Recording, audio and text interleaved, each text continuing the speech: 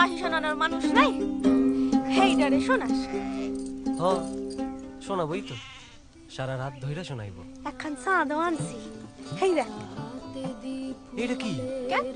চন্দ্রপুলি দেখা বোঝস নাই? এটা চন্দ্রপুলি? ঠাকমারটা আরো সুন্দর হয়েছিল, কিন্তু সেইগুলো সব পেটের ভিতর চলে গেছে। ঠাকমা কইছে এখন খাওয়া যাইব না, এইটা একাদশীর চাঁদ, রাতের বেলায় আকাশে সাইরা দিতে হইল। আমার চন্দ্র খাইয়ে নিলি কেন? চান্দার নাই, আধার হইছে। উদয় আমার লগে গরম দেখাইবি, আবার ভাব জমাইতে আইবি। ঠিক করছি, বার করছি। ঠাউরের চোখ কেন দেখবি তুই? খালি আমি যখন কাজল লাগাইব তখন দেখবি। আর কারো পরে যদি তুই তাকাইছস, চোখ দুটি গাইলা দিমু। মা কইছে তোর সাথে আর দেখা করুন যাইব না, তুই আর আইবি না। কলা পোতার মায়া ইন্দুওয়ালা, এখন কলকাতায় ভাষা কেমন করে শিক্ষা গেল?